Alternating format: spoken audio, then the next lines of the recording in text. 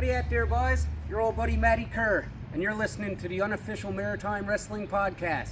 I loves it.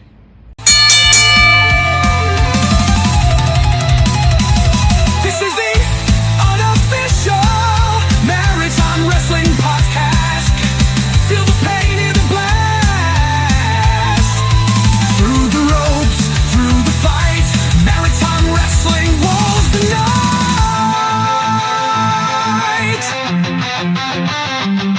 The past, the present, the future. Maritime Wrestling never dies. Hello and welcome to the Unofficial Maritime Wrestling Podcast. I am Corey with an E, the Maritime Warrior himself, joined as always by Mark the Mark. Ooh, switched it up. Mark looks the most confused out of all of us. Shit, I am. Sorry. Okay, You caught me off guard there. Caught you off guard, huh? Yeah, I have no idea what you just asked me. Did you ask me something? How are you doing? Oh, I'm doing pretty good now, anyway. I'm back on track, you know. Just needed a little nudge there. Never put Mark first. That's a rule we'll never break again. Check. Next week. Joined by the big boss, Corey Robbie Show.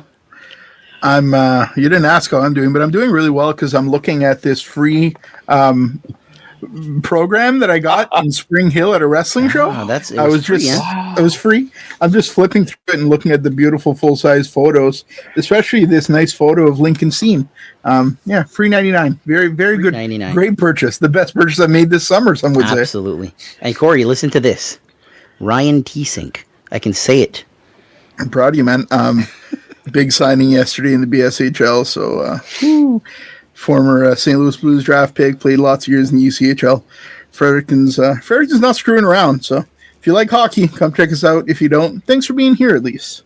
If you don't like wrestling or hockey, fly kite. What's the hockey podcast called, Corey? I think it's the Unofficial Maritime Wrestling Podcast. No, wait, that's this one. The Unofficial BSHL Podcast, the Beaux du Jour Senior Hockey League Podcast. Cool. It's a mediocre listen, but we like it. I like it. There you go. I pay him to say that. Well, no, it's the same as most people that listen to this. I can't get out to the BHSL games, so it gives me a chance to really catch the action, figure out what's going on, and watch the game, especially when little Corey starts commenting and does the live stream and stuff. Best purchase I ever made was that there's a mic behind me, and it allows Corey to commentate, and we can hear him really well. And I enjoy it a lot. Every now and then I go to sleep at night listening to old live streams just so I can listen to Corey's sweet, soothing voice. Jeez, that's the saddest thing I've ever heard. It's true, though. Before we move on, I lay there and I'm like, oh, this is great. This is great, huh? Jeez. Magic Man, Jason Casey, how's it going? It's going good. I'm busy today. A lot of graphic stuff to do today. A lot of them for me, too. Thank you for that. A lot of stuff for you. A lot of stuff for us. Launched this morning the new Pro Wrestling Tees website, our new store with our T-shirts. So, pretty excited. Those look really nice. Yeah, I'm pretty excited about those. Very good. At the end of the episode, before the outro, we will be flashing that little barcode that you can scan if you would like to purchase an Unofficial Maritime Wrestling Podcast T-shirt or a Maritime Warrior T-shirt. That's the place to go. Not the only two shirts that we are going to have for right now. It's the only two shirts, but more will be coming. Definitely more designs in the work. So huge shout out to we've got a couple early sales. We're not going to say who it is, but just know that we appreciate you, and that support means a lot to us, man. Absolutely. It's we were talking about it earlier. Corey and I did a merch run for the hockey podcast a few years back. You're being really humbling. You did a merch run. Okay. Everything we do is us, so it is what it is. So we did a merch run, and it's very humbling seeing people wearing your merch. This is just a thing that 4 dipshits started for fun, and it's going pretty well. So here we are. But yeah, thank you very much for the support. It means the world to us, man. From workers to fans to just everybody. If you're a fan and you're listening to this, we're just one of you. So thank you for listening to this. But we are fans, and yeah, thanks for the support. Absolutely. And fuck you, Mark. Hey, you know what though? The first one we see, definitely, I will be marking out myself. Yeah, like I designed and I'll sign it in crayon. There you go. I design stuff for other wrestlers as well. So I mean, I've designed stuff for Cole, Moondog, Dylan Davis, a whole bunch of people out there, and I mark out every time I see a fan wearing a shirt that I designed for them.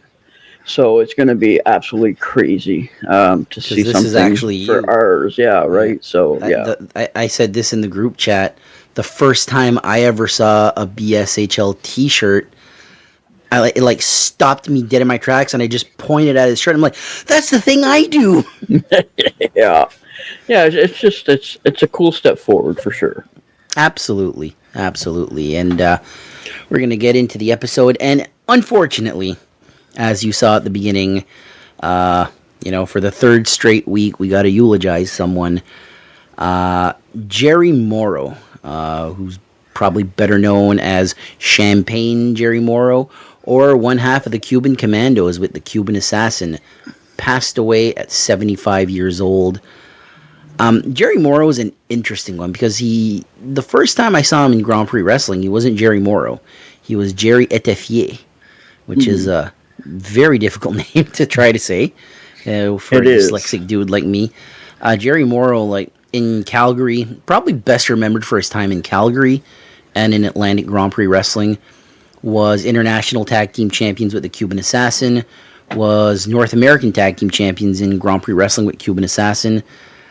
In the early 90s, wrestled for WFWA, the West 4 Wrestling Alliance, which is Tony Candelo's promotion, and we know FKA wrestles for Tony Candelo.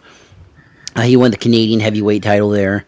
He's one of those like territory wrestlers that wrestled through the 90s on smaller shows, mostly in the Manitoba area and all that.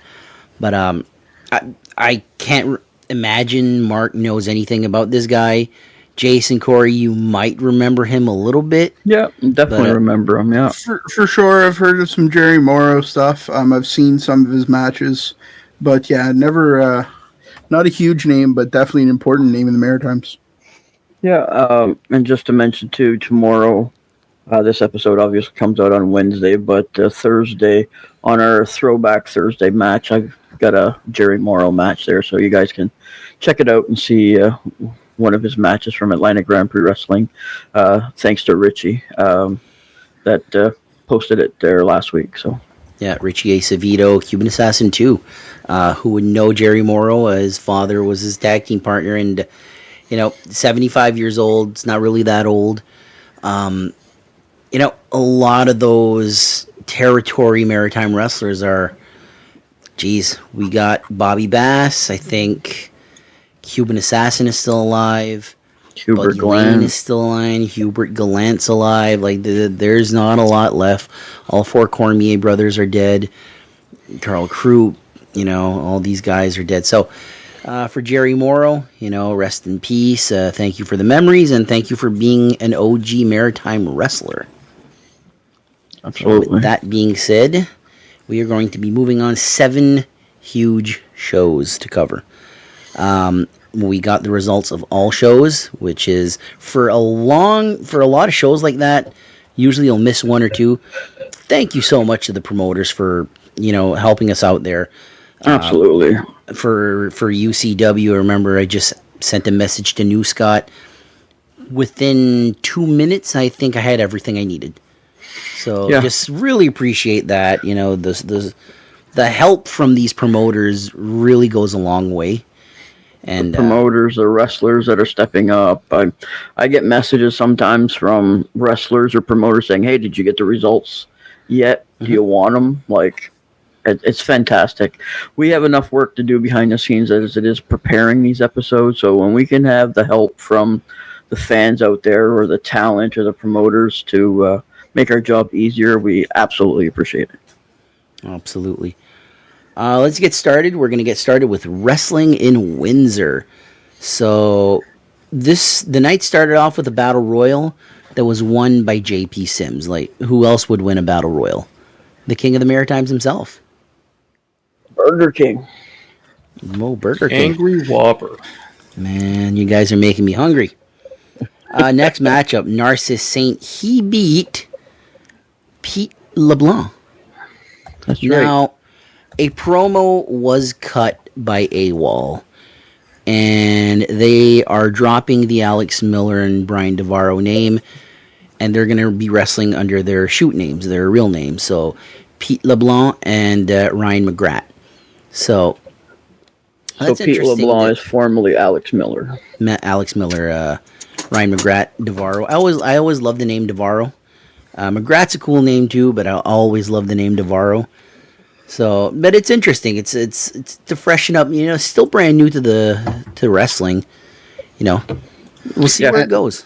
And now Pete LeBlanc can go play hockey for the Southeast Knights because there's 87 and a half LeBlancs over there. So he'll fit right in. That is so true. Me and Corey went to a hockey game once, and I think on the ice, including goalie for one team, it was LeBlanc. There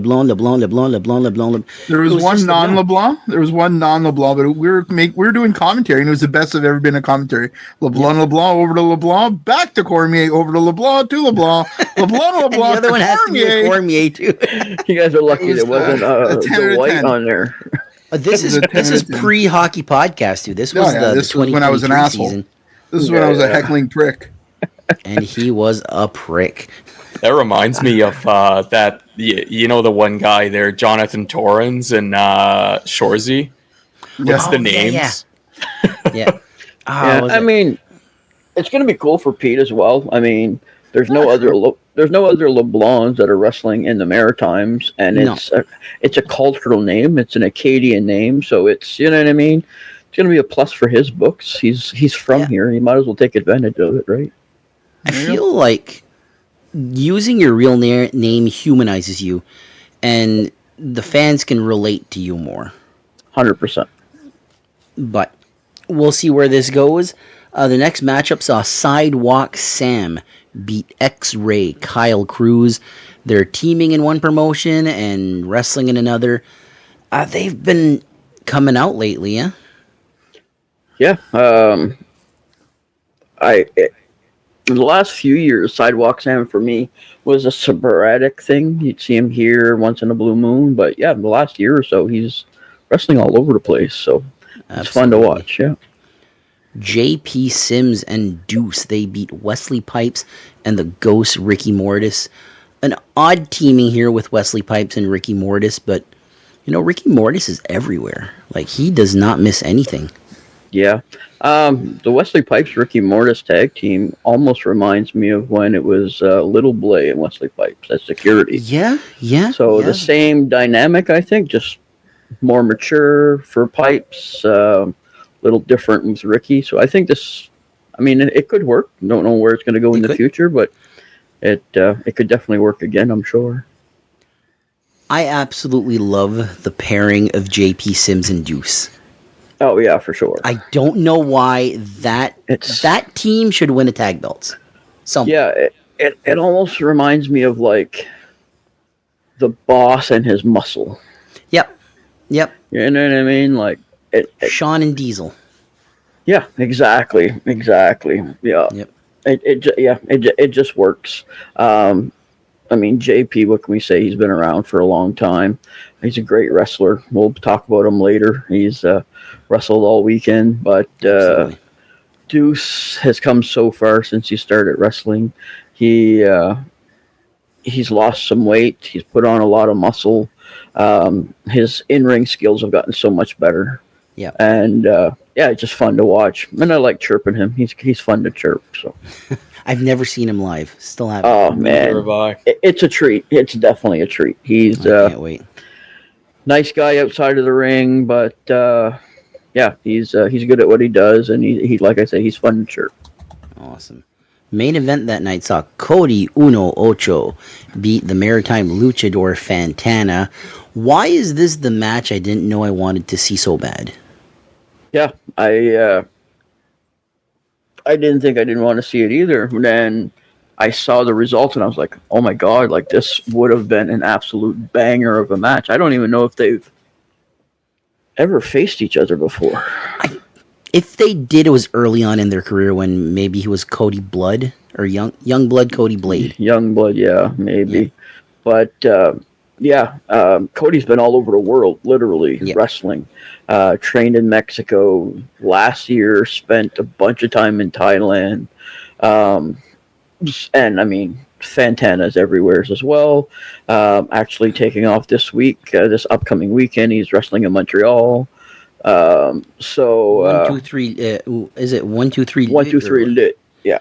Or if it's French, say 1, 2, 3 lit. Yeah, exactly. Tres lucha. Yeah, so Fantana's actually going up to Montreal to wrestle against another luchador, which I think will be another fantastic match. But yeah, I mean, Cody to me is an unmasked luchador.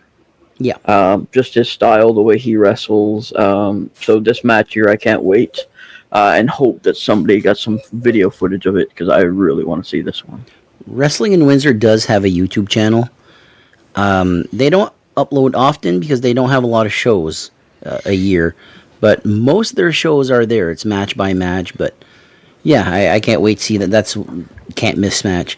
So that was Wrestling in Windsor. We're going to move on to the UCW show in Yarmouth, Nova Scotia. Opening matchup saw Robbie McAllister beat Dawson James. Yeah, I mean, this would have, again, been a cool match to see. Old school WWE alumni, Robbie McAllister against new school. I mean, Dawson does call himself the throwback, so it would have been a old school versus old school, new school type thing, if you get my drift. I do.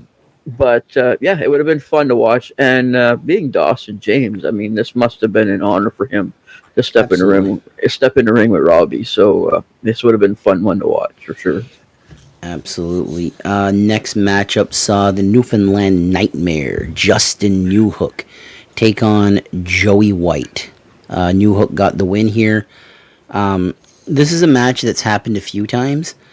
I've yet to see this match, but this seems like it's a no-brainer that this would work. Yeah, absolutely. I think Newhook would flatten Joey in all reality. But yeah, it's a good match, and I think both of them are right on the cusp of technical / hybrid comedy. So there's a very good balance between the two of them. They can both do very serious work, and they also have some good comic relief as well. Joey's come a long way since he's first started, so it's fun. Yeah, I'm sure this would have been a good match as well. Absolutely, and Newhook, tag team specialist, but at the same time, has spread his wings into singles competition. Former UCW Atlantic Canadian champion, current ECPW Celtic Roots champion. We'll get to that later. Next matchup, Madison Miles beats Big T. Maddie's just been lighting the maritime world on fire. Having a match against Big T, we've seen what Big T can do. She's pretty damn good in the ring. We've seen what Maddie can do. She's pretty damn good in the ring, so I can't imagine this was boring. Yeah, exactly. Yarmouth was definitely in for a treat that night. All the matches, they didn't have a lot of matches, but the matches they had were all high caliber matches. So this would have been a fun one. Madison is so fun to watch, especially if she's acting as a heel. She's just she's a firecracker, and Big T as well. I mean, he's an old school brawler to me. And I like the way he performs in the ring. So it would have been a really, really good match, I think. Absolutely. Like you mentioned, not a lot of matches. Main event time, Rudy Lockhart beat the maritime legend himself, Lincoln Steen. Not the first time we've seen this match. Rudy being put in the ring with guys like Lincoln Steen and guys like that just can teach him so much by almost doing nothing. Follow me, kid, type of thing. Yeah. I mean, he's been in matches with Gary Williams. Yep. You know what I mean? Like, it's crazy. In the same scope as we said on the first match with Dawson James, they're being put in matches with high quality veterans that are being able to pass the torch down. As much as we love the guys like Robbie and Lincoln and, you know what I mean, Sidewalk Sam, unfortunately they have less time ahead of them than they do wrestling behind them, right? So, absolutely. Again, big thank you to New Scott for sending us those results. New Scott is someone that I really look up to. He did what we're doing. He did that before us, and probably did it better than us. So thank you, New Scott. Next up, we're going to go with the NBWA Old Home Week. First up, the NBWA Tag Team titles were on the line as Ace Dynasty of Slick McRick and Spike Esty. They beat Money Talks. This was Logan Green and Kerry Killam. A huge first title defense for Ace Dynasty. Yeah, absolutely. I think it would have been a fantastic match. Mark, you put a little in there. What do you get to say? That's interesting. I like that match. Honestly, I would have enjoyed to see it. What's your favorite part of that match, Mark? Maybe LG losing. I assumed as much. I was waiting for that answer. Yeah, had to think about it for a moment. That's fair.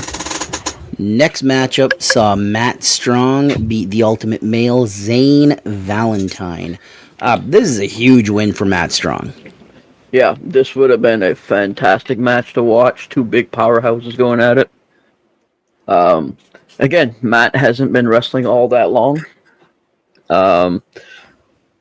Probably 3 years under his belt at this point now. Maybe a little longer. Zane's been in the business for a long time. So again, the young guy versus the experienced vet, passing down the knowledge. But this would have been a great match to watch. Absolutely. Next matchup saw Pat Persuasi. The guy with the pointy ears? Was waiting for it. Pointy ears, Pat Persuasi. He beat Hunter Sampson. This is a big win. You're talking about the Lutte Prestige champion. I'm wondering if he used the dumbbell in the shaker. But this is I doubt it was a clean win. Yeah, I doubt it was a clean win too. I'm confused here. Yes, Hunter Sampson, was he not tested after the Zane Valentine match there? Was he suspended? That's why he wasn't facing Zane. What's happening here? Here's the thing with that storyline. We talked about it with IPW, how it's so awesome that someone can follow up on storylines. And CCW did that in a very funny way, let's just say. Poor Sharky having to have piss tests and all that, and handle that. So basically, and I'm doing the finger quotes here, Hunter Sampson is pissed hot, and the result might be changed. So can't wait to see where this storyline goes. It's really entertaining stuff. Funny as hell. Eric Bass and Zane Valentine, just, if you haven't seen that video, go check out that video. Them hugging Gerald Sharkey and switching the tubes and all that's fucking hilarious. Next matchup saw Rugged Rick Owens beat the newcomer Oscar Ironside. Again, Oscar Ironside taking on Rick Owens. This is experience against the top name of the promotion. Yeah, exactly.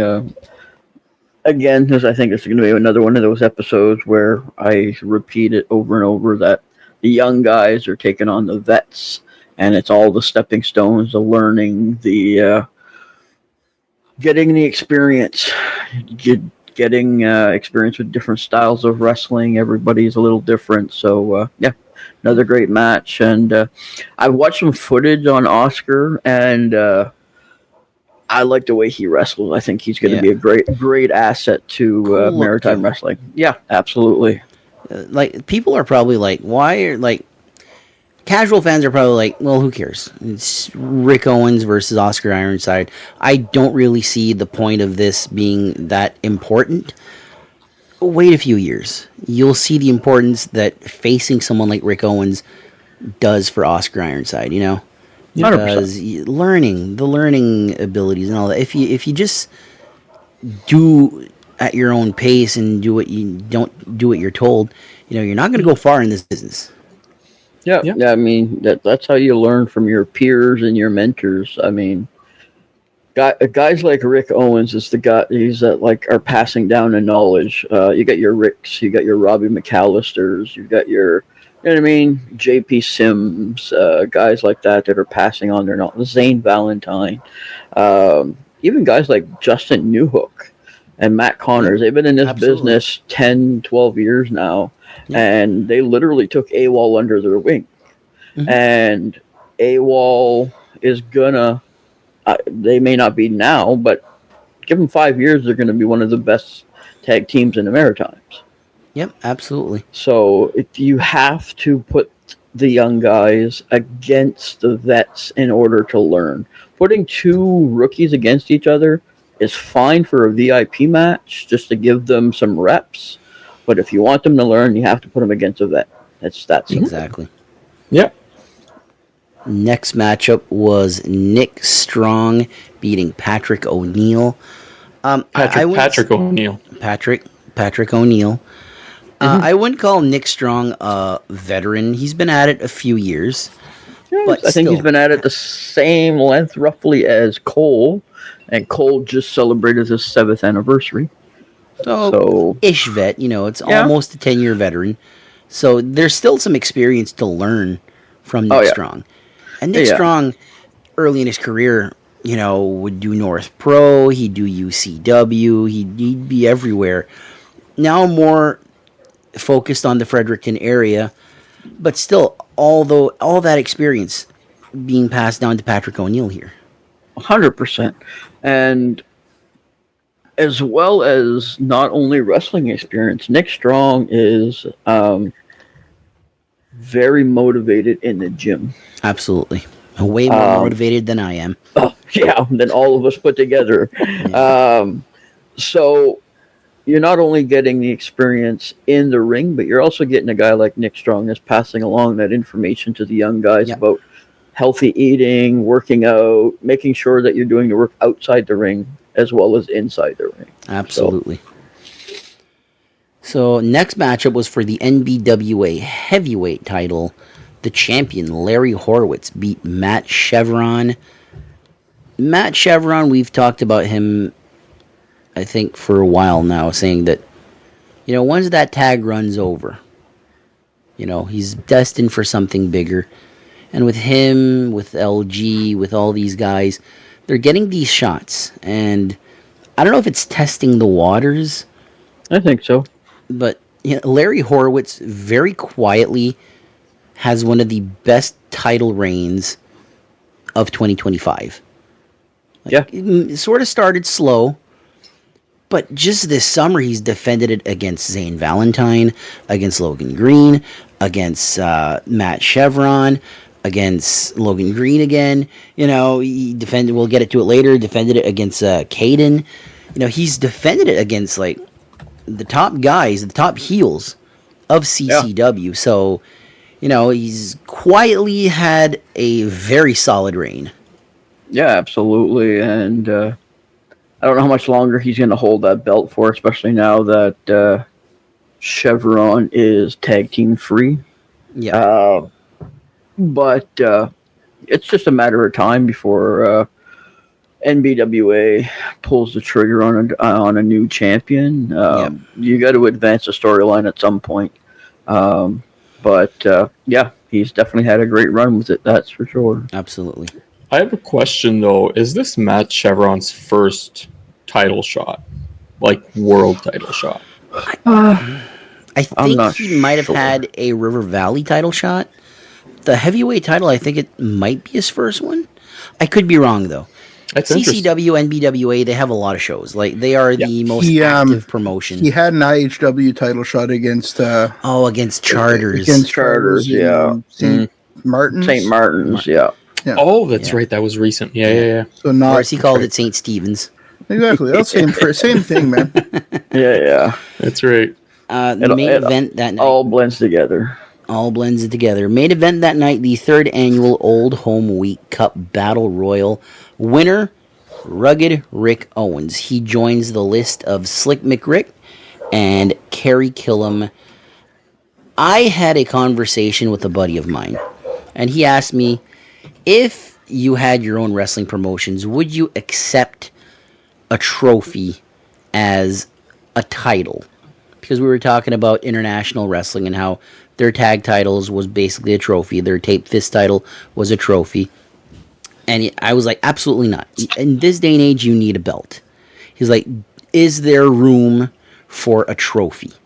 I said, absolutely. I got 3 great examples, 2 at the time, 3 now, but 3 great examples of how a trophy can work really well. Shout out to New Scott, the Maritime Cup, the most prestigious trophy in Maritime Wrestling right now. The Old Home Week Cup, third anniversary right now, or third annual. You know, it's part of the storylines now. Kerry Killam carried that thing all year. I don't know how long he held the cup, but, you know, and then there was Slick McRick, obviously same thing. Last year. Was this last year? Yeah. And now Rick Owens has it. You know, Rick putting his name to it is basically, like, it's putting prestige to it again. Like, we use that word a lot, prestige. But yeah, a tournament cup, a battle royal cup, like, it's something for that area. Like, I don't remember where the Old Home Week is, but because it's always at the same. Yeah, Woodstock? It's in Woodstock, New Brunswick. Woodstock. So, you know, that's the Woodstock trophy, basically. Yeah, you know, absolutely. Yeah. So. And you were talking about, actually, like, Ironside, how he went up against Owens. Let's say, like, maybe not next year, but the year after, it ends up being them 2, like, the last 2 in the ring to win the cup, and all of a sudden Ironside wins it. Well, Owens' name is on it. He beats him for it. Makes him legit, absolutely. Right? Absolutely. Too legit to quit. I here all day, folks. I wouldn't. The old story that I always heard about trophies as a title was trophies were a lot cheaper. Like, you can get way back in the day, absolutely. You could get them for a couple $100, whereas a belt, like championship belts now are so easy to get your hands on. Like, just out in my view right now, I got 2 championship belts looking at me. You know, but back in the day, 3. And you're 3 still belts. not a champion. I'll never be a champion in my own head. But, you know, back in the day, like, hearing stories about how a championship belt would cost $10,000 to get made. And that's in 1960s, 1970s money. Like, it was ridiculous. Like, there was very few belt makers, and they'd made bank on that. But if you had your world title, you spent all your money on that, well, let's get a trophy and get tag belts or get a taped fist belt. But it's like, international wrestling was far from the only company that did that. Grand Prix did it with their North American tag titles to start. They had a trophy. All the territories had a trophy for tag belts and all that until Reggie Parks, who passed away a few years ago, started making these beautiful championship belts. So, anyway, belt design. And I think, belts are great, obviously, unless they have flags, right, Corey? Oh, God help us all. Circle belts with flags. But a trophy as well, especially in this type of a scenario with a cup, is also a great stepping stone for these young guys. Absolutely. You know what I mean? They may not be ready to have a title put on them, but give them the cup. Let's see how they perform as a champion of a cup. And it's not just putting a championship on someone. You won a tournament. You won a battle royal. You get to carry around this thing. And then you can go to the Le Prestige title. Like, you know, Oscar Ironside and Patrick O'Neal could feud over that Le Prestige title in a year and a half. And then you build up. Like, it's one of those things for CCW and BWA that I'm loving what they're doing, that they're bringing things in, but it's not just championship belts, it's trophies. And moving on from that, we're going to keep on that. But moving to the next show, it's NBWA Dopetown Destruction 3. NBWA tag team titles are on the line. Ace Dynasty, they beat Shano and Pat Persuasi. Shano spreading his wings. He is now in the NBWA system. Yeah, 100%. And that's what you need, especially as a newcomer. You want to get the reps in, right? We say it all the time, and it's that's where you if you want wrestling to be your part-time job or eventually your full-time job, you got to get the reps in, especially as a young guy. It's that simple. Absolutely. Shano and Pat Persuasi. That is an odd tag team. They have the same haircut, though. So they do. They do. Next up, the Ultimate Male, Zane Valentine. He beat Oscar Ironside. Going back to our point, facing a veteran like Zane Valentine. Yeah, 100%. Hunter Sampson. He beat Matt Chevron by DQ. I feel like these two have been like feuding a little bit everywhere. Yeah. Does that mean that Chevron might be going after a Loot Prestige title? I think it would make sense. I think if there's a title like back in the day, you could win any little regional titles and you'd hold it for a week, 2 weeks, a month. The big belts is the ones that you really wanted to, hold long term. And not saying that the Loot Prestige title isn't important. It is. It's a championship belt in the Maritimes. It's important. 100%. But it's not at the level of an NBWA heavyweight title or a River Valley title. There's a pecking order there where you're climbing up the ladder. If the NBWA heavyweight title is the WWF World Heavyweight title, then the River Valley title is the Intercontinental title, and the Lutte Prestige is that European title. Yep. So moving on to the next match, the big bad LG Logan Green. He beat Patrick O'Neill. That's for you, Mark. You got it correct. Two young guys. Logan's so good at what he does that I bet Patrick O'Neill just had a blast in the ring. I'm sure he did too. It was probably a night off for him. Yeah, it's definitely a good comic relief, and again, it's a good way for these young guys like Patrick to wrestle against somebody with a different skill set. Absolutely. Patrick's been wrestling against Rick Owens and Matt Chevron and the Strong Brothers, and so they're getting a lot of Zane and him and Oscar have been wrestling Crude Oil forever now.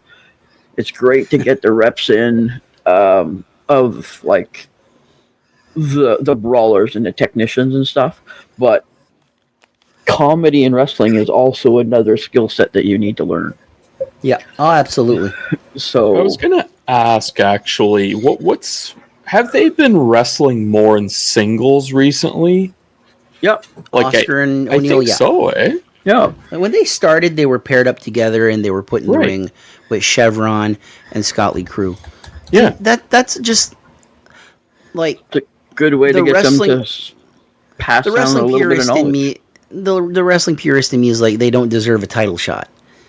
But if hindsight is 20/20, you're putting them in the ring with two of the best heels. So you get to learn how to work like a tremendous babyface because you got two of the most hated guys in the company. Yeah. So it's just a net positive. So I know it's a long shot, but just remember who John Cena took on in his first match in WWE. Kurt Angle. Exactly. Ruthless aggression. Exactly. All right, next matchup, we have Matt Strong beating Scott Lee Crew. This one kind of surprised me because Scott Lee Crew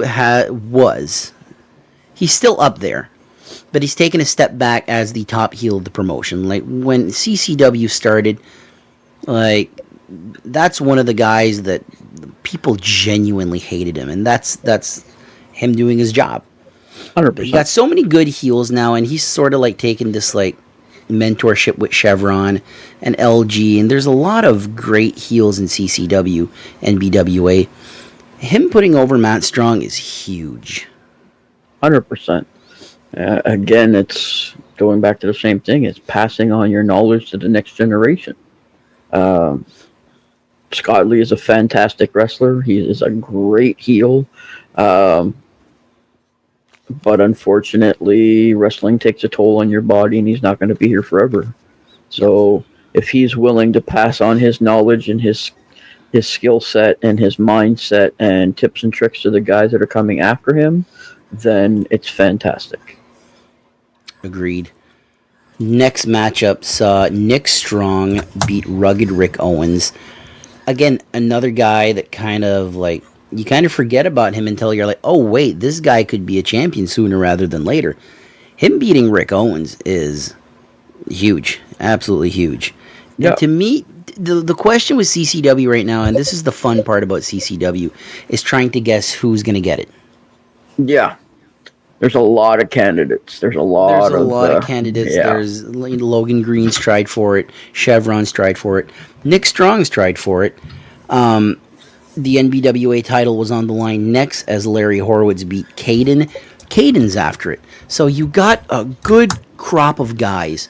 So just could. I was taking a look while we were talking. In the last 3 months, Larry has faced Bobby Boyette, Nick Strong, That's right. Logan Green, Matt Chevron, Zane Valentine, and Caden for the title. That's right. Huge right there. The Boyette That's a big match. And he took on a former Kaizen champion, so you're spreading your wings and getting guys from, like, I don't want this reign to go too long, because if it gets too long, it gets long in the tooth, and then right now he's had a very solid run. Absolutely. And just big win here over Caden. I was talking about trophies earlier. Another trophy has been introduced. This is going to be basically the Doketown trophy. It's the Rumble on the River Battle Royal trophy. And the inaugural winner, the Ultimate Male, Zane Valentine. The big hitter with all the glitter. Yeah, with the Pest of the West, Eric Bass. Little things like this. CCW is doing a lot of things, and NBW are doing a lot of things, little things, very well. And Zane Valentine's another one that could be heavyweight champion material sooner rather than later. 100%. Just right there, you mentioned Logan Green, you mentioned Caden, you mentioned Zane Valentine, Nick Strong. Those are 4 guys that if they win the belt next week, you're like, yeah, I see it. Makes sense. Doesn't seem out of place. Yeah. But then you're like, well, some of these guys, like you look at LA Knight right now in WWE, who's really been the unfortunate one that isn't able to get that main event push, even though he's one of the most over guys there. There's no room at the top right now. Well, he just fought against Seth Rollins, so Lovely. He's starting to get that push.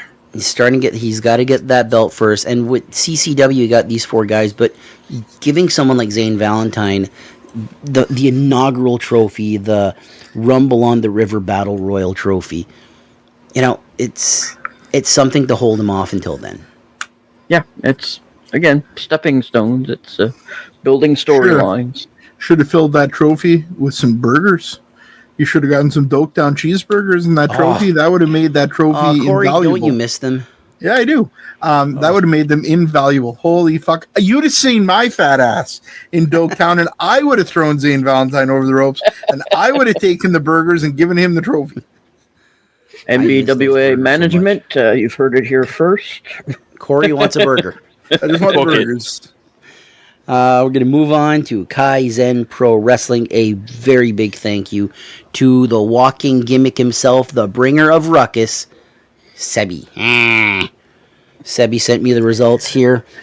So the first show was Death Wish. And the opening match saw, for the Pro Wrestling Grind title, Perry Von Vicious beat Kobe Christ. Perry Von Vicious and Rip Bison wrestle right now for a promotion, or I don't know if they've wrestled recently, but I believe last year, maybe the year before, they were wrestling for Kyushu Pro Wrestling, which is in Japan. And so I've been following them through that a few years now. This is huge for Kaizen, bringing another promotions championship. Perry Von Vicious, internationally traveled, as you've seen. He's going to Japan, he's in Canada, he's in the States. Thoughts on this? I think it's fantastic. We'll talk about it after. They had a second show on Sunday as well, and yep. I had never heard of Perry Von Vicious before, but I watched a match that was online from the Sunday show, and I like what he does, and yep. it's very cool. So, I mean, we all know Covey is an extremely technical wrestler. Mm-hmm. So this would have been a really good match. Absolutely. Oh yeah. Next up, he's one of my favorites, honestly, in the area as for technical wrestling, and I might be wrong, but Kaizen, Probably. I believe, it's been a while since they haven't brought external talent, right? Yeah, I think it's been a little bit. A little bit, yeah. They've stuck to their little crop of guys. Yeah. But originally Kaizen was going to be almost like the NXT of the Maritimes, like the feeder system, and they had enough. The students were talented enough to just be their own thing, have their own title and all that. And Kaizen's been just rocking it. And with someone like Covey driving the ship, it's you can't help but be good. You're being trained by one of the best. So yeah. Next matchup, a fatal 4-way match. Jason Boa beat Matt Kerr, Ken Frazier, and Evan Gibbons. My bad. Big thanks to Matt Kerr for the intro, by the way. That's right. Thanks a lot, Matt. Greatly appreciate it. Boa, as we'll see later on, it feels like he's destined to win that title back. Yeah, I think it's coming. Yeah. A 3-way tag team match as Bone Candy, Sydney Sweetie, and Benoit Gravel. They took on Denim Jorts, James Ryder and Ryan Denham. Don't know why I didn't say who won this match, but okay. Oh, there's another. It's a 3-way. 3-way. That's right. That's triple right. threat. So, the third one is the Bison Office. Yeah, Rip Bison and Delmy Exo. Yeah, and they're the ones that won. Yeah, Bison Office wins. Had a long day. My apologies, folks. Delmy Exo. She wrestled for TNA, I believe. So another one that's been around big promotions. This must have been just awesome. I'm loving right now what they're doing by giving tag teams and giving them tag team names. Bone Candy, Denim Jorts. Denim Jorts is absolutely hilarious. Yeah. So, and a lot of the Kaizen matches are being uploaded right now. So, I know Covey versus Perry Von Vicious. I just watched that before we started recording. So it's out there. You can go see it. The Kaizen Pro Wrestling YouTube channel. Go subscribe. They'd appreciate it. We'd appreciate it. They got good stuff there. They're another YouTube channel. So again, I want to give a shout out this week to the CCW YouTube channel and the Kaizen YouTube channel. They're both within 40 of hitting 1,000. Nice. Get it there. If you don't sub to their channels, sub them. Get them over that 1,000. Help them get monetized. 1,000's a big number in the YouTube world. And these are two promotions that are very close to our heart. So help them get over that 1,000. So the next matchup saw DDT. Sebi, Ryan Cleary, and Daniel Wall take on Pratt Industries. Ian Pratt, Justine Ward, and Dawson James. We got to get into this one. So Jason, what happened here? Dawson James actually was replacing Ryan Schimmel because Schimmel Schimmel has been suspended by Pratt Industry. Yep. Whether it's a short-term or a long-term thing, I guess we'll have to wait and see. Question though, is this with pay or without pay? I think it's Keep without going, pay. Jason. Oh man, It ended up in a no contest, so I'm not really sure what happened. I didn't get the full details. So I know got that some of the details. I know that there's supposed to be a video coming out soon to explain the situation, so we'll see what happens, I guess. The short answer here is I believe Daniel Wall turned on DDT, and Justine Ward turned on Ian Pratt and said, I quit. So, all sorts of shakeups here. What's probably the future of DDT? Why it ended in a no contest. Yeah. What's the future for DDT? What's the future for Pratt Industries? Where does Ryan Schimmel fit in all this? Does he come back? You know, that's the interesting storyline going forward with these two stables. Do they remain stables, or are we seeing a split? So, you know, like Corey said, go sub to the YouTube channel. You don't want to miss this one. Absolutely. Main event time for the Kaizen Pro Wrestling Heavyweight Championship of the World. Joey White, almost said Joey Wright. Joey White. There you go. Retains his title over Bobby Boyette. I'm not sure if he beat Bobby Boyette or... Nope, it was by disqualification. Boa interfered and hit Bobby with the belt. And Jason told me once, have you ever felt how heavy the Kaizen belt is? Oh my God. That must have not tickled. Yeah, she's a heavy belt. Yeah, so here's the thing with this.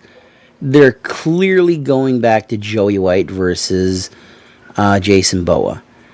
We've been predicting a title change for, I think, 3 months now. Yeah.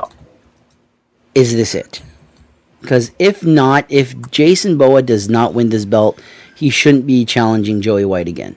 It's been done. Yeah. So I feel like this is probably his last opportunity. I think he makes the best of it, but remains to be seen. We are not done with Kaizen Pro Wrestling, ladies and gentlemen. That's right. They had a pop-up show on Sunday. Mm-hmm.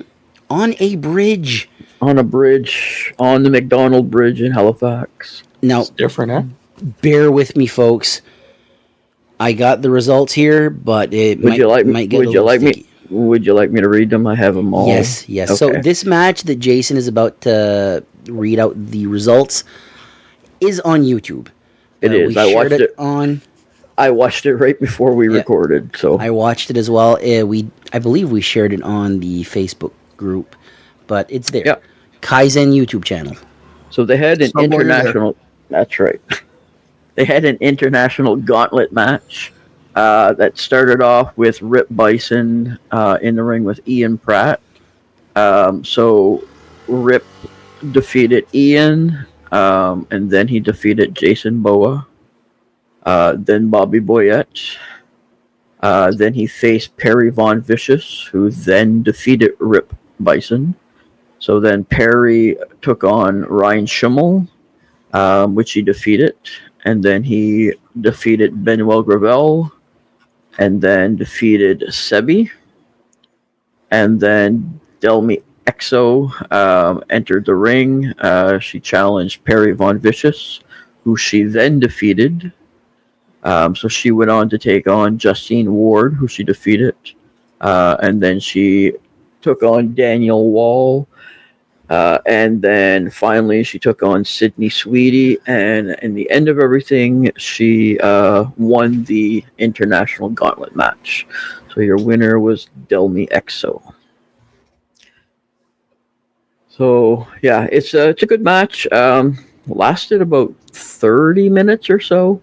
A lot of action. Looked like a pretty good crowd too. It was weird seeing it on a bridge because you've got there's enough room on one side of the ring where there's workers for the bridge that are going by in their pickup trucks, and there's people getting body slammed 3 feet from a pickup truck. It was just weird. Another cool thing too that I noticed for this match is during the announcements of the people going into the match, and I'm going to assume it happened throughout the entire event, they actually had a sign language interpreter. I saw that. The lady outside, right? It was a guy, but I think. I saw a lady. There were two of them. Okay, well, there you go then. Very cool. ASL interpreter, sign language interpreter, doing the show as well for the They were announcements. in purple, right? The guy I saw was in black, but maybe there was another one on the opposite side of the ring. Maybe they were doing on both sides, but I did see a lady sign language, and I was like, I thought of that immediately. Like, that's pretty cool. Like, did they do that? At the start of the gauntlet, there was a gentleman that was standing on the apron, actually, facing the crowd. And, they were interpreting the announcer that was in the ring, so it was very cool. I think it's fantastic to have that type of a service for, you know what I mean? Like, it's great for people to go see a show. I mean, if you have deaf people, they're not going to hear what's going on. They're not going to, you know what I mean? They're not going to know the announcements. They're not going to, but yeah, it was fantastic. So kudos to Kaizen for having that. So Gauntlet winner was Delmi Exo. Yeah. So I have a question, maybe from a general population point of view. Maybe like if anybody's not familiar with the Gauntlet match, what were the rules of this Gauntlet match? 2 people start. Yeah. And pinfall, submission, or disqualification. And 1 person comes in after someone's been eliminated until there's nobody left. Simple. There you go. Very simple. Yeah. I want to mention the location. There's something about watching a wrestling show. I mentioned that with the AWA show last week, where an outside show, seeing, like, there's this huge thing in the background of the bridge, you know, like one of those like construction fucking dollies or whatever the fuck it's called. You know, and just the blue sky. There's at one point there are 2 trucks passing. You know, it's just like it's cool. It's cool to see something like that, like closing down a bridge for professional wrestling. That gives a stamp of approval to professional wrestling right there.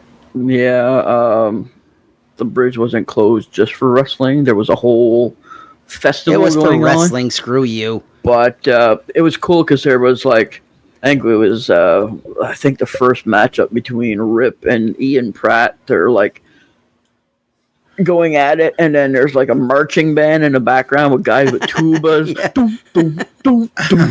going on. I'm like, oh my god, this is such a crazy event, but it was so cool to watch. In the background, the construction that you saw was actually the Irving Shipyard in Halifax. Yep. That was the background. Yeah, it was very, very cool. I loved it. It was, and man, I wish I could have been there because wrestling on a bridge sounds like Corey's nightmare.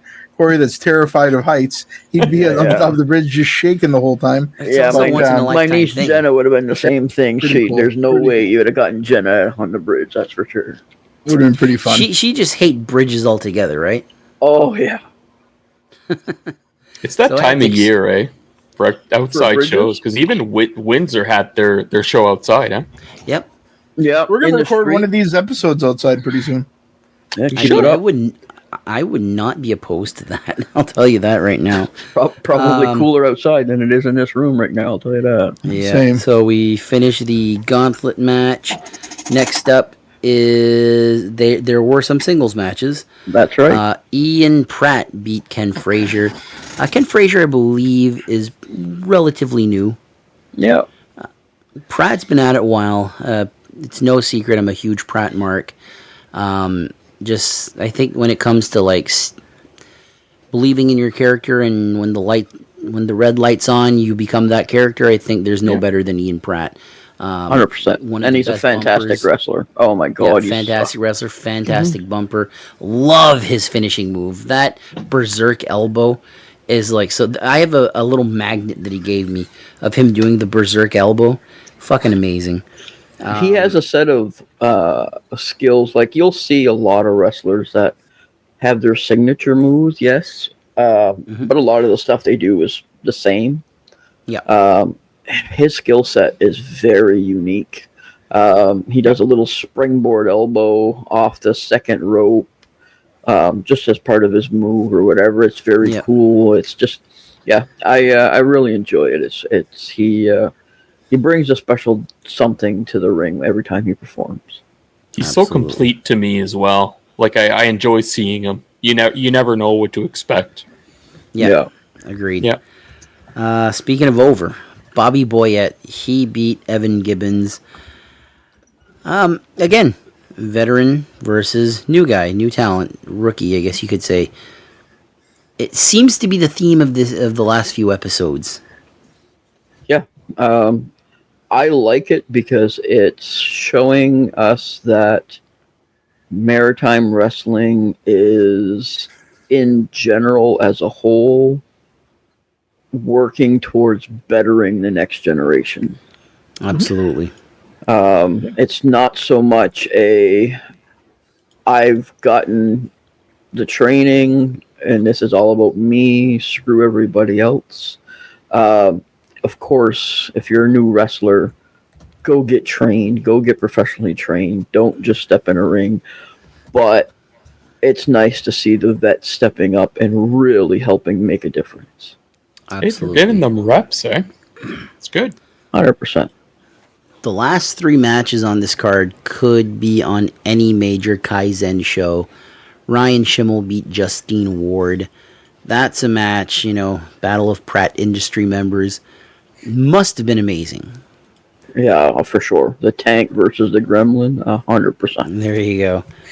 In a non-title match, Covey Christ beat the champion, Joey White.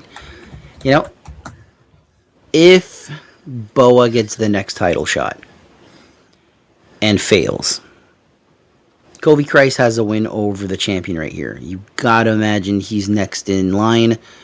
Boyette got the win by DQ. Does he still have a claim to it? So it's interesting where this title's going. Absolutely.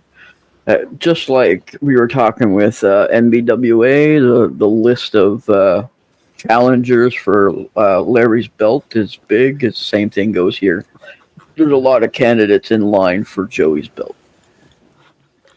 I think they could use a secondary belt. They absolutely could. That I agree with. I think so. At this point, I think they could. I think they're getting big enough as a promotion that they maybe could in a year use. from now. Yeah, whether it's a secondary belt or a tag team belts. Yeah, that'd be cool. Yeah, I was just going to mention, because they have homegrown talent, and 100%. you need that secondary belt to bump that homegrown talent that you've been working so hard on to the main championship. Here's something they could do also. I always talk about, stand out from the pack. No promotion in the Maritimes has trios belts. That's right. Kaizen could, they have right now, as of right now, they do have a few stables. DDT, they have, Pratt. But they also have tag teams coming in, Pratt Industries, but there's Denim Jorts, there's, Bone Candy, and so the main event was actually Denim Jorts versus DDT. So Ryan Denham and James Ryder, they beat DDT, Sebi and Daniel Wall. You kind of love to see Sebi and Daniel Wall get the main event here because I feel like those are two, and Ryder and Denham as well. They're doing fantastic, but I feel like Daniel Wall and Sebi have been at it for so long. And to get a little break here, get the main event spot of one of the 7 shows this weekend is pretty damn cool. Yeah, Sebi and Daniels have done a lot of great stuff with Kaizen, and they're finally starting to spread their wings outside of Kaizen as well, which I find is absolutely fantastic. They're putting the work in, and now they're starting to reap the rewards. So absolutely, they may have lost this match, but getting a main event is a win in itself. So absolutely. So that was the 2 Kaizen shows. Our main event for this evening is ECPW Celtic Chaos. This is their big show every year. Huge turnout for them. The opening matchup saw the Celtic Roots title defended as Justin Newhook beat Thad Howitt and the Ghost Ricky Mortis. 3 guys that we all like. Yeah, we all 100%. love these 3 guys. Newhook's had a stranglehold on that Celtic Roots title. Yeah. And you have to wonder, how long before he goes after the bigger belt? Absolutely. I think it's just a matter of time. And I think there's starting to be more and more competition for the Celtic Roots champion as well. So, I think, if not this year, by the start of next season, I think we might see a shuffle here. Yeah. And Newhook did cut a promo before this show and said that he had no competition. So they gave him 2 pretty stiff competitions right there. So yeah, this would have been a good match because it would have been Newhook. It to me he's a brawler, but I think he's a little more on the technician side than like Powerhouse to me. He's a technical brawler. Yeah, exactly. Whereas Thad he's a powerhouse. Like he's a monster to me. And Ricky Morris, there's no duplicate of Thad Howard in the Maritimes. No, absolutely not. He is he's such a great wrestler. And the up and coming the Ghost Ricky Mortis as well. He's like, as a youngster, he's also in a league of his own. Yeah, he's. You can predict him having a title by next year. Like if it's not, someone fucked up somewhere. Someone fucked up royally somewhere. Yeah. For the amount of time he has under his belt right now, another 2-3 years, we're going to be calling him the Hollywood Cole of the Maritimes. Yeah, absolutely. So this would have been a good match. Absolutely. Speaking of ECPW, in a few weeks, I believe the next History of Maritime Wrestling will be covering part 1 of ECPW, so from their start in 2003. And in doing that series, I realized that East Coast Pro Wrestling is the longest running promotion in the Maritimes right now.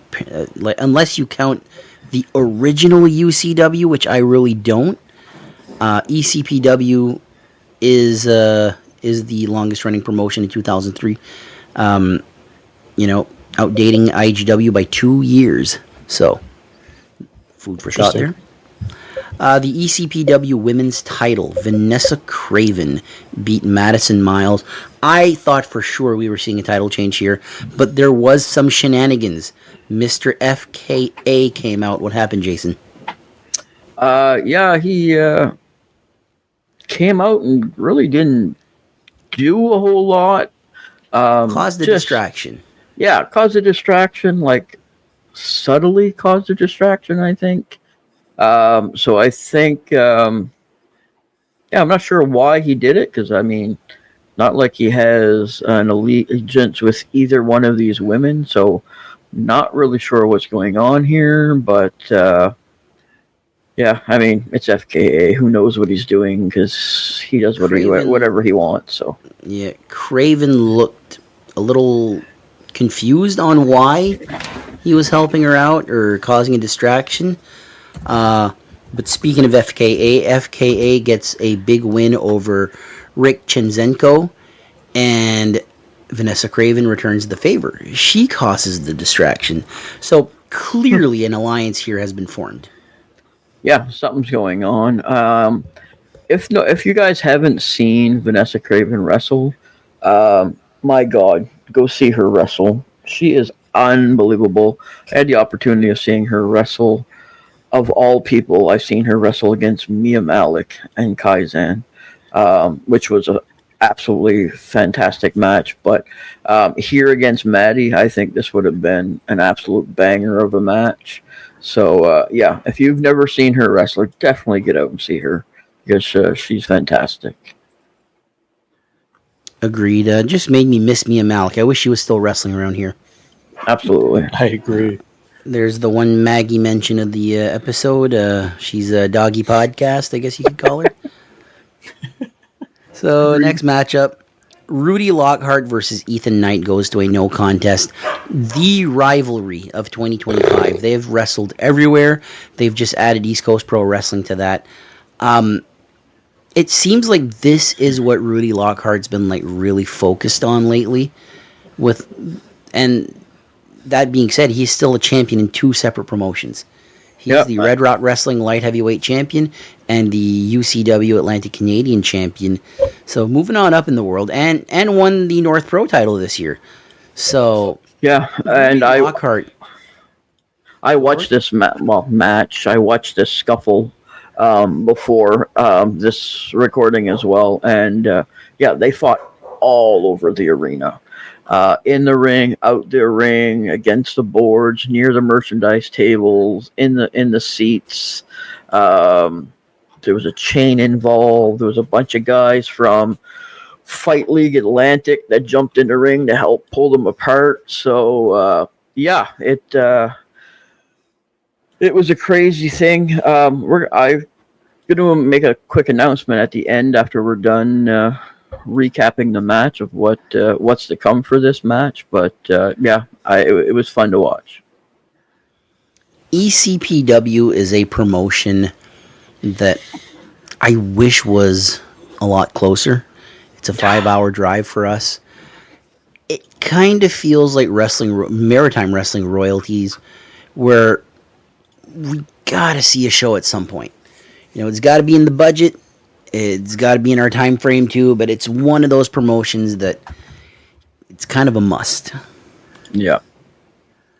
The next matchup saw a number 1 contenders match for the Celtic Roots title as JP Sims with Mr. David A. Boyce beat Chip Chambers. I did see this match. I think it's the first match I watched this year. This week, not this year. I've seen plenty of matches this year. 2 veterans, 2 of the absolute best, with the best manager in the Maritimes right now in Dave Boyce. What can you talk to me about this? It was a good match. Very good match. It's Chip Chambers again. We've been saying it on the last 3, 4, 5 episodes, I think, at this point. Chip is in line to have multiple Match of the Year nominations at this point. Was this the same type of match as he had with Chris Cook? No. Did it need to be? Absolutely not. This was a very good technical fought match. I mean, it's 2 vets. It's JP and Chip. And having Boyce there as well, comic relief. We all know what he's like outside the ring. It's funny as hell. He did actually cost Chip the win because he held his legs at the end of the match. But yeah, a very good Bobby match. Heenan Ultimate Warrior spot. Love it. Yeah, absolutely. It was great. And also mentioning Dave Boyce. So Ricky Mortis and Dave Boyce, this show was their debut with ECPW. Yep. And for Chip Chambers, this was his first match back in ECPW since 2017. So big show for these guys. And first time seeing Boyce and Mortis there, probably not going to be the last time we see them. I was a little shocked when I heard that this was Dave Boyce first, because Boyce has been doing it for over 10 years now. And ECPW just seems like one of those promotions that's like, they'd be clamoring for Dave Boyce. Yeah, I guess it all depends on what storylines you're looking at, right? So That's true. But, yeah, I mean, it works. JP on his own works. JP with Deuce works. JP with Boyce works. JP makes everything work. Put him in the ring with somebody or give him a manager or a bodyguard or whatever. He just makes it work. I think he's proving the nickname correct. King of the Maritimes. 100%. 100%. As much as we like to tease him and poke at him, calling him Burger King and the Angry Whop or whatever, JP is probably one of the most stable and successful Maritime pro wrestlers of this generation. So 100% agree. The main event, Mark, you're going to want to listen to this one. For Do the tell. ECPW Heavyweight Championship, Jonathan Cross beats Lincoln Steen by disqualification. So unfortunately, Steen retains. Let's hear it for Steen, baby. Do the finger. Well, good news for Lincoln Steen. Yeah, The program was free. Shout out to Corey. Great free program, baby. It was announced that Lincoln Steen's next challenger is going to be Moondog Dylan Davis. Jonathan Cross just won this match. Where's his rematch? Yeah, I'm sure it's coming. Lincoln Steen has had a career resurgence in ECPW. He is Mr. ECPW, in my opinion. When the 100%. COVID-19 pandemic hit, I think it was either UCW or ECPW that had... I think it was ECPW. And Steen was the Celtic Roots champion. He dropped that belt to Charlie Hubley.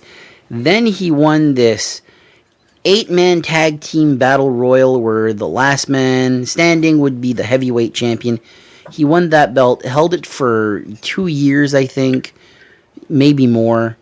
Dropped it to, I believe he dropped it to Charlie Hubley, and then Hubley dropped it to, I believe, Troy Merrick. And then Merrick dropped it back to Steen, and Steen's been just... I think by the time Lincoln Steen retires, this might be the belt he's remembered for. Oh, 100%.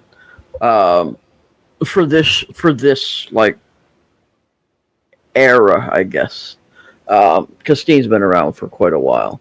But yeah, this is definitely a great run for him, and he plays his character so well. He's such a...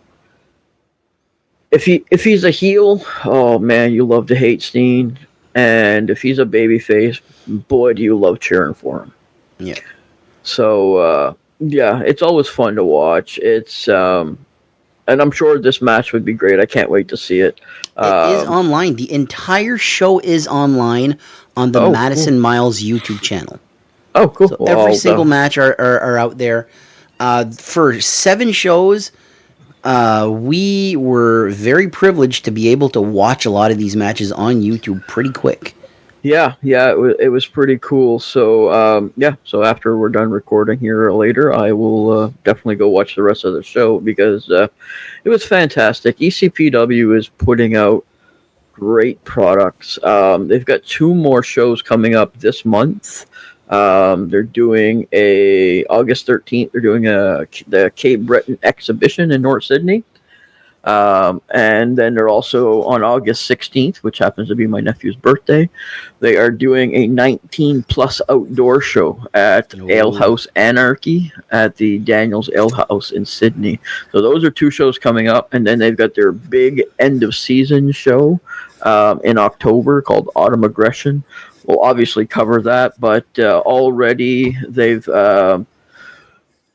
have a few signings. So making his ECPW return since his first appearance in 2017, WWE Hall of Famer Tito Santana will be present.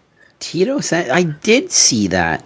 And as I mentioned earlier, the whole Ethan and Rudy scuffle, no contest thing they had, it's been decided that they're doing an old-fashioned Maritime chain match to decide this. So that is happening on October 4th as well. And as you mentioned, the heavyweight championship match, Lincoln Steen versus Moondog Dylan Davis, is a best 2 out of 3 falls match. Best 2, man. And that's for their end of the season? End of season. It's called Autumn Aggression on October 4th. Please put that on YouTube. Please. It's and that's like literally 2 matches and 1 announcement. I can just imagine what they have in store for the rest of the matches. So again, like we said earlier, does New Hook lose his title at this Autumn Aggression? It wouldn't surprise me. I think he needs to start going up the card. But it remains to be seen. Like, he's doing great work. Oh, absolutely. With the Celtic Roots title, so. Yeah, but yeah, so it's going to be fun to see what else they have coming in store, and if you're in that area, please get out and see their shows. They're getting good crowds. I seen they had like a fantastic crowd at their last show. I think he said, what did I see here? Over 350 fans in attendance for this past Saturday. And it's cool too. It was like in an arena setting, so you had people on the floor, you had people in the wooden stands in the bleachers or whatever. So it was cool. You had like the different. I like those type of shows in an arena because it just makes it like, to me, it brings back memories because that's how I used to watch Atlanta Grand Prix wrestling at the J. Lou Levesque. So it's it's fantastic. I just want to talk about BCPW, how we were just saying how New Hook has been holding the title for so long. And there's two guys that I have in mind that could potentially challenge for this title. And it would be either Rudy Lockhart or Ethan Knight or both. Yeah, I mean, that could definitely be, you know what I mean? Whoever wins the chain match potentially gets a Celtic Roots title shot. I think that'd be a great, you know what I mean? A great idea. A great way to do a contenders match, you know what I mean? Yeah, exactly. I think it's time to go kind of get the stakes up higher, right? Yeah. So, upcoming shows. Pretty quiet weekend compared to what we just had the last couple of weeks. So we have on August 9th, there's 2 shows. United Wrestling has a show in Middleton, Nova Scotia. On the card, they haven't announced any matches yet, but Riggs and Deuce tag team champions will be there. Robbie McAllister, Cody Uno Ocho, JP Sims, Riddick Stone, Thad Howitt, and more. Also, there is the Superstars of Wrestling, the house that Pipes built. Oh, that's this weekend. That's right. That's this weekend at the new venue at the Irving Oil Fieldhouse. It's a massive sports complex in St. John. I think it's going to be a fantastic place to hold an event. They brought a few people in for this show as well. They have Dick Durning will be facing Mustafa Jordan, one half of the tag team Chocolate City. Oh, okay. Mark Thomas will be taking on the other half of that tag team, Wilson Colas. Okay. They're bringing in Kaido Yamanashi, and he's taking on Buddy Jacobs. Sabotage is taking on the Hollywood Heathens. Also great on the feud there. Oh, 100%. Also on the card, they have the Rockstar Paolo Triassi. I think that's what it is, yeah. Drace Durning is also on the show, as well as the heavyweight champion Wesley Pipes. I'm sure there's more people as well, so it'll be fun to see what shenanigans they come up to and see what happens to the house that Pipes built. Also, we have another show not on the weekend, but next Wednesday. So it will be before we be done before our recording for this, so we'll only have to be able to cover it the week after. But August 13th, NBWA has Battle on the Bend 2 in Nakawik Arena. Electric Boogaloo. So Larry Horowitz will be defending his championship that night. The NBWA River Valley Championship match between Kerry Killam, he is taking on Rugged Rick Owens. Interesting. So that should be a good match. It's very interesting because that's like the only belt Rick Owens is missing. Yeah, so that'll be there. Also, Hunter Sampson versus Matt Chevron. Also on the card, Spike Esty, Pat Persuasi, Nick Strong, Patrick O'Neill, Larry Horowitz, Slick McGrick, Matt Strong, Logan Green, and many more. So just 3 shows this weekend. So, but Technically still 2. Yeah, 2 this weekend, 1 True. next Wednesday. So if you're in Nova Scotia, United has a show.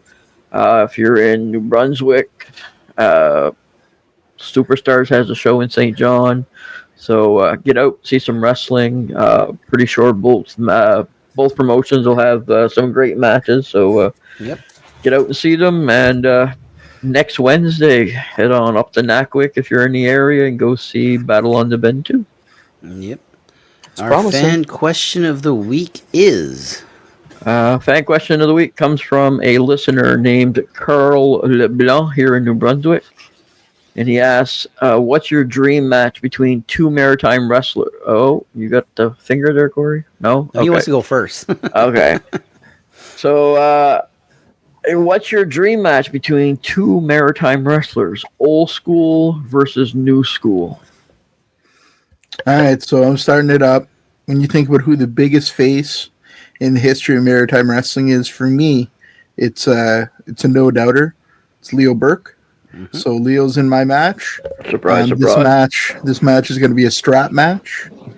We're going to have a real old-time... We're going to have an old-time Amherst strap match for this one, I think. We'll have it at the old Amherst Stadium if I can live my dream out here. And he's going to be facing who, in my opinion, is the biggest heel in the Maritimes right now. That's JP Sims. They missed each other by 2 decades, but I really do think that JP could have done a hell of a lot with Burke. Leo was a face, man, and he was so over, so loved by everybody. You know who's not loved by anybody? JP Sims. JP Sims, the only person that loves JP is the person who serves him his Whopper, because he tips well, from what I understand. Nobody else loves JP Sims. Even Boyce doesn't even love JP Sims. He'll tell you he does, but he's lying. And he lies all the time. That's why he's on money. So I guess I'll go next. When I thought of this, I thought, what could entertain me the most? And my pick for dream match of all time in the Maritimes would see the legendary Killer Carl Krupp face off with the Human Man. Oh my god. Seeing Killer That's Carl ridiculous. Krupp trying to doing all these like slapstick and all that with his facials, and like he can put the claw on and his eyes explode, things like that. I think that would be absolutely hilarious. I think Thad's Human Man character is one of the biggest hidden gems in Maritime Wrestling. And I think Killer Carl Krupp versus him would be hilarious, and that is my dream match of the Maritimes. Mark, go ahead. Honestly, I'm gonna steal half of Corey with no ease dream That's match. And It's good because I'm stealing half of Corey with an East dream match. No way. Very nice. Very nice. Go for it. Please do. But yeah, basically, I'm looking, it could just be a well-built match where it's just, we've seen a face versus a face before in some of the biggest matches of all time. And I was thinking, just obviously the same thing as Corey said. I mean, probably the most notorious face of all time, Leo Burke. Notorious. And I would put it, Infamous. known, right? Infamous. Sorry about that. Wrong word. But Conor I McGregor. would put him up. I would put him up against Dylan Davis, Oh. and just That's a have good it. Like if it was like, a face versus face match for a Dylan would championship. turn heel on him halfway through, He and he'd could. start He should. talking Newfie. Man, that'd be a good match. Oh Damn my right. god. He'd be like, you ain't never seen nothing like this, bye. And he'd just start choking him. I would pay to see that match. He could turn on him Oh, yeah. mid-match. Oh, yeah. You got to do what you got to do to win, right? Absolutely. Absolutely. So my match is Killer Carl Krupp as well. I was really hoping you were going to take the Human Man. No, Killer Carl Krupp as well.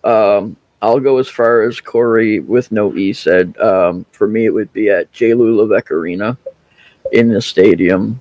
It would be a steel cage match, and his opponent would be Dick Durning. Oh, that'd be good. Killer Carl Croop versus Dick Durning in a steel cage match would be absolutely fantastic. He'd claw the dick.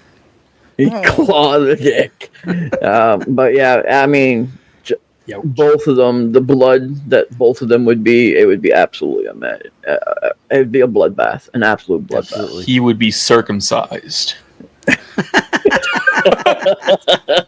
Oh God, we've gone way too long The here. real match we all want to see is Ben Dago versus Killer Carl Croup and Richard Bucknell. We'll carry on, though. We'll carry on. So that was the fan question of the week. Anything else, gentlemen? Gentlemen. Mark's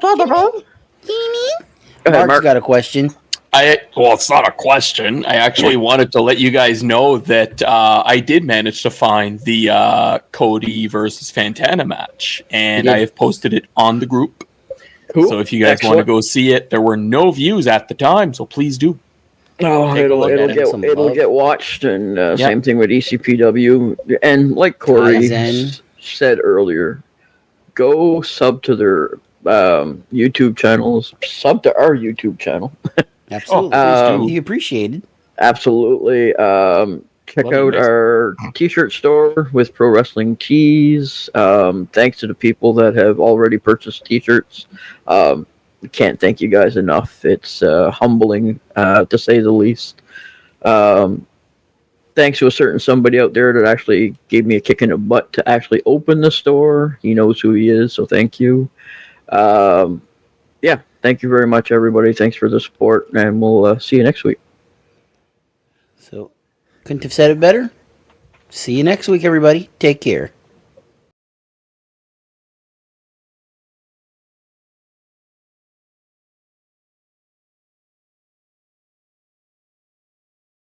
Thanks for listening to this week's episode.